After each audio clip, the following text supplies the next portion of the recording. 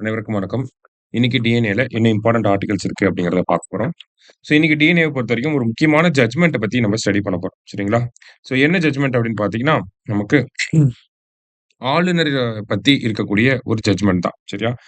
So சமீபத்தில பார்த்தீங்கன்னா, ஒரு கடந்த 2, 3 ஆண்டுகளாவே தமிழக அரசாங்கம் நெறைய மசோதாக்கள இயற்றி ஆளுநரோட ஒப்புதலுக்கு அனுப்புறாங்க. ஆனா, ஆளுநர் அதற்கு ஒப்புதல் தர தாமதப்படுத்துறாருங்கிறத இந்த ஒரு செய்திய நீங்க அடிக்கடி கேள்விப்பட்டிருப்பீங்க. அந்த மாரி கிட்டத்தட்ட ஒரு 12 மசோதாக்கள நம்ப பாஸ் பண்ணி ஆளுநரோட ஒப்புதலுக்கு அனுப்பியிருப்போம். ஆளுநர் என்ன பண்ணியிருப்பார் அப்படின்னா, ரொம்ப நாள் அத டிலே பண்ணிட்டே இருந்திருப்பார். திருப்பி ஒரு சில மசோதாக்கள திருப்பி அனுப்பியிருப்பார். திருப்பி அனுப்புனதுக்கு அப்புறமா மறுபடியும் நம்ம பாஸ் பண்ணி கவர்னர் கைக்கு அனுப்பியிருப்போம். அந்த மாரி கவர்னர் கைக்கு அனுப்புனோம் அப்படின்னா, கவர்னர் என்ன பண்ணணும்? கட்டாயம் அதுக்கு ஒப்புதல் தெரிவிக்கணும் இல்லையா? ஆனா அவரு ஒப்புதல் தெரிவிக்காம ரொம்ப நாள் அத வந்து நிலுவையிலேயே வச்சிருந்திருப்பார். இத எதிர்த்து தமிழக அரசாங்கம் உச்சநீதிமன்றத்தில வழக்கு போட்டப்ப, கவர்னர் என்ன பண்ணியிருப்பார் அப்படின்னா, அதிலிருந்து ஒரு 2 மசோதாக்கள மட்டும் குடியரசுத் தலைவரோட பார்வைக்கு அனுப்பிட்டு, மீதி மசோதாக்கள் மேல எந்த ஒரு நடவடிக்கையுமே எடுக்காம ஒரு 10 பில் அப்படியே பெண்டிங்ல போட்டு வச்சிருப்பார். சோ இது எல்லாமே அந்த வழக்கோட பின்னணியில வந்து முடியுது. இப்ப இந்த வழக்க விசாரிச்ச உச்சநீதிமன்றம் என்ன தீர்ப்புகள வழங்கியிருக்காங்க அப்படிங்கிறத நம்ம இந்த ஆர்டிக்கிள்ல குடுத்திருக்கோம். சோ நம்ம எக்ஸ்பிளைன் பண்றோம். அதுக்கப்புறம் நீங்க ஒரு டைம் எடுத்து படிச்சு பாருங்க. சரியா? சோ முதல்ல இந்த வழக்கோட தீர்ப்புல என்ன சொல்லியிருக்காங்க அப்படின்னா, ஆர்டிக்கிள் 200 படி அ கவர்னருக்கு பார்த்தீங்கன்னா, ஒரு சில அதிகாரங்கள் இருக்கு. மொத்தம் 3 அதிகாரங்கள் ஒரு மசோதா மேல இருக்கு. ஒரு மசோதாவ இயற்றி நம்ம ஆர்டிக்கிள் ஐ மீன் ஆளுநர் கையில குடுக்குறோம் அப்படின்னா, அவரு 1 அதுக்கு அசென்ட் குடுக்கலாம். ஒப்புதல் தெரிவிக்கலாம். இல்லாட்டி நிறுத்தி வைக்கலாம். வித்ஹோல்ட் பண்ணலாம். அப்படி இல்லாட்டி அத பிரசிடென்ட்க்கு அனுப்பி வைக்கலாம். இந்த 3 அதிகாரங்கள் தான் இருக்கு. சரிங்களா? இன்கேஸ் அந்த மசோதாவ அவர் வித்ஹோல்ட் பண்ணி, திரும்பி சட்டமன்றத்துக்கே அனுப்புறார் அப்படின்னா, மறுபடியும் நம்ப அத பாஸ் பண்ணுவோம். பாஸ் பண்ணி மறுபடியும் நம்ப ஆளுநர் கையில குடுக்குறப்ப, ஆளுநருக்கு வேற அதிகாரம் கிடையாது. ஒப்புதல் மட்டும் தான் தெரிவிக்கணும். ஆனா நம்ப ஆளுநர் என்ன பண்ணிட்டாரு, அந்த மசோதாக்கள ஒப்புதல் தராம, அத குடியரசுத் தலைவர் பார்வைக்கு அனுப்ப போறேன் அப்படிங்கிறத சொல்லியிருக்காரு. சோ இந்த ஒரு நடைமுறைய உச்சநீதிமன்றம் எதிர்த்து, இது வந்து அரசியலமைப்புல சொல்லப்படாத ஒரு நடைமுறை அப்படிங்கிறத சொல்லி, என்ன பண்ணியிருக்காங்க அப்படின்னா, ஆ தமிழக அரசாங்கம் மறுபடியும் நிறைவேற்றி அனுப்புன அந்த 10 மசோதாக்களுக்கு ஆளுநர் ஒப்புதல் வழங்கப்பட்டதாக கருதப்படுகிறது அப்படிங்கிறத சொல்லியிருப்பாங்க. ஓகேங்களா? அதாவது governor has considered to give an assent அப்படின்னு சொல்லி குடுத்திருக்காங்க. சரியா? அப்ப அந்த 10 மசோதாக்களுக்கும் ஒப்புதல் அப்படிங்கிறது வழங்கப்பட்டுருச்சு. சரியா? அடுத்ததா இது வந்து ஜட்ஜ்மென்ட்டோட ஒரு பார்ட். அடுத்ததா பார்த்தீங்கன்னா என்ன சொல்லியிருப்பாங்க அப்படின்னா, கவர்னர பொறுத்தவரைக்கும் அ பாக்கெட் வீட்டோ அப்படிங்கிறத அவரு எக்ஸர்சைஸ் பண்ண முடியாது. பாக்கெட் வீட்டோ அப்படின்னா என்னது? ஒரு மசோதா மேல எந்த ஒரு நடவடிக்கையுமே எடுக்காம அப்படியே வச்சிருக்கிறது. சரிங்களா? அதுதான் நம்ப பாக்கெட் வீட்டோ அப்படின்னு சொல்லி சொல்றோம். சோ ஆளுநர் வந்து இந்த பாக்கெட் வீட்டோ அப்படிங்கிறத பயன்படுத்த முடியாது. அவரு ஒரு மசோதா அவர்கிட்ட வருது அப்படின்னா, அவரு அது மேல ஏதாவது ஒரு ஆக்ஷன் எடுத்தாகணும் அப்படிங்கிறத சொல்லியிருக்காங்க. சோ உச்சநீதிமன்றம் அதுக்காக என்ன பண்ணியிருக்காங்க அப்படின்னா, ஒரு டைம் ஃப்ரேம் அப்படிங்கிறத செட் பண்ணியிருக்காங்க. ஒரு டைம் லிமிட் அப்படிங்கிறது. ஓகேங்களா? இப்ப ஒரு மசோதா ஆளுநர் கைக்கு போகுது அப்படின்னா, அவரு 1 மாசத்துக்குள்ள என்ன பண்ணணும்? அத வித்ஹோல்ட் பண்றாருன்னா, அது 1 மாசத்துக்குள்ள பண்ணணும். சரிங்களா? அடுத்தது, இல்ல நான் ரிட்டர்ன் பண்றேன் இந்த பில்ல. இல்லாட்டி நான் பிரசிடென்ட்க்கு இந்த பில்ல அனுப்பி வைக்க போறேன் அப்படின்னா, அத 3 மாசத்துக்குள்ள பண்ணணும். ஓகேங்களா? 3 மாசத்துக்குள்ள ஒண்ணு ரிட்டர்ன் பண்ணணும்.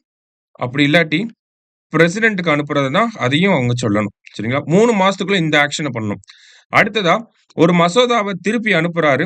திருப்பி அனுப்புனதுக்கு அப்புறமா, சட்டமன்றம் அந்த மசோதாவ அதே வடிவத்தில திருப்பி அனுப்புனாலும், என்ன பண்ணணும்? ஆளுநர் ஒப்புதல் அளிக்கணும். மஸ்ட் கிவ் அசென்ட் அப்படின்னு சொல்லி குடுத்திருக்காங்க.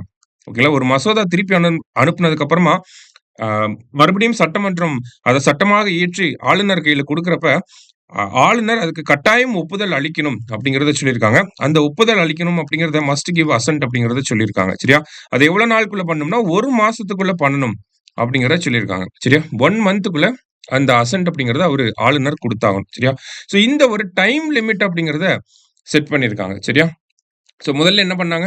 அந்த 10 மசோதாக்களுக்கும் ஒப்புதல் வழங்கப்பட்டதாக கருதப்படுகிறது அப்படிங்கிறத சொல்லிட்டு, அடுத்ததா பார்த்தீங்கன்னா, இந்த மாதிரி ஒரு டைம் லிமிட்ட வந்து நமக்கு செட் பண்ணியிருக்காங்க. சிம்பிளா பார்த்தோம்னா, இதுதான் இந்த டேபிள்ல நமக்கு குடுத்திருப்பாங்க. சரியா? இந்த டேபிள்ல அதான் குடுத்துருக்காங்க. 30 நாள்ல இருந்து 3 மாசம் வரைக்கும் அவருக்கு டைம். வித்ஹோல்ட் பண்றதுன்னா 1 மாசம். ஓகேங்களா? இல்ல ஆ திருப்பி ரிட்டர்ன் பண்ண போறேன் அப்டின்னா, அதுக்கு 3 மாசம். இல்ல பிரசிடென்ட்க்கு அனுப்ப போறேன் அப்டின்னா, அதுக்கும் 3 மாசம். மறுபரிசீலனை செஞ்சு மறுபடியும் மசோதா ஆளுநர் கைக்கு வரப்ப 1 மாசத்துக்குள்ள அவர் அதுக்கு ஒப்புதல் அளிச்சாகணும். இந்த மாதிரி ஒரு டைம் லிமிட் அப்டிங்கிறதையும் நமக்கு குடுத்திருக்காங்க. சரியா? சோ இதுதான் நமக்கு உச்சநீதிமன்றத்துல நேத்து தீர்ப்புல முக்கியமான ஒரு விஷயமா பார்க்கப்பட்டுச்சு. சரிங்களா? அடுத்ததா பார்த்தீங்க அப்படின்னா, ஒரு 10 மசோதாக்களுக்கு ஒப்புதல் குடுத்துருக்காங்க அப்படிங்கிறத நம்ம பார்த்திருந்தோம். அத பார்க்கறதுக்கு முன்னாடி நம்ம அகாடமில F1 டெஸ்ட் சீரிஸ் அப்படிங்கிறது ஸ்டார்ட் ஆகிருக்கு. ஓகேங்களா? ஸோ இந்த F1 டெஸ்ட் சீரிஸ பொறுத்தவரைக்கும் பார்த்தீங்கன்னா, 18 டெஸ்ட் எல்லாமே குரூப் 1 பிரிலிம்ஸ் பாயிண்ட் ஆஃப் வியூல இருக்க போது. போத் ஆன்லைன் அண்ட் ஆஃப்லைன்ல நமக்கு கிடைக்கும். ஸோ ஜாயின் பண்ணணும்னு நினைச்சீங்கன்னா, ஸ்கிரீன்ல தெரியிற நம்பருக்கு கான்டாக்ட் பண்ணிக்கோங்க. ஸோ நெக்ஸ்ட் பார்த்தீங்கன்னா, நம்ம உச்சநீதிமன்றம் வந்து ஒரு 10 மசோதாக்களுக்கு அது என்னென்ன மசோதாக்கள் அப்படிங்கிறது பார்த்தீங்கன்னா, எல்லாமே பல்கலைக்கழக சட்ட திருத்த மசோதா அப்படிங்கிற பேர்ல தான் இருக்கும். சரிங்களா? மசோதா அப்படின்னு சொல்லி தான் இருக்கும். ஏன்னா இது எல்லாமே பார்த்தீங்கன்னா, வைஸ் சான்சலர் அப்பாயின்ட்மென்ட் ரிலேட்டடா இருக்கக்கூடிய மசோதாக்கள். இதுவரைக்கும் பார்த்தோம்னா, சான்சலர் வந்து கவர்னரா இருப்பாரு. அ சொல்லக்கூடிய மாநில அரசாங்கம் பரிந்துரைக்கக்கூடிய நபர கவர்னர் வந்து என்ன பண்ணுவாருன்னா, வைஸ் சான்சலரா இப்போ இந்த நடைமுறை அப்படிங்கிறது மாற்றப்பட்டிருக்கு. இனிமேல் என்ன நடைமுறை இருக்கும் அப்படின்னா, இந்த வைஸ் சான்சலர் அப்பாயின்ட்மென்ட் அப்படிங்கிறது சீஃப் மினிஸ்டரோட கைக்கு வந்துருச்சு. மாநில முதலமைச்சர்களின் கைக்கு இந்த தீர்ப்புல வழங்கப்பட்ட இன்னொரு முக்கிய இப்ப சீஃப் மினிஸ்டர் கைக்கு வந்துருச்சு. சரியா? சோ அப்ப நம்ம தெரிஞ்சுக்கணும் அப்படின்னா, இந்த டைம் லிமிட் அப்படிங்கிற விஷயத்த நல்லா தெரிஞ்சுக்கணும். அதே மாரி ஆர்டிகிள் 200 கீழ கவர்னரோட அதிகாரங்கள கரெக்ட்டா டிஃபைன் பண்ணியிருக்காங்க உச்சநீதிமன்றம். இது எல்லாமே மாநில சுயாட்சிக்கு ஒரு முக்கியமான ஒரு அம்சமா பார்க்கப்படுது. ஸோ கடைசியா பார்த்தீங்க அப்படின்னா, நம்ம நம்ம அகாடமில குரூப் 4க்கான exclusive test batch, Robert Clive test batch அப்படிங்கிறது ஏப்ரல் 16ல ஸ்டார்ட் ஆக போகுது. சரிங்களா?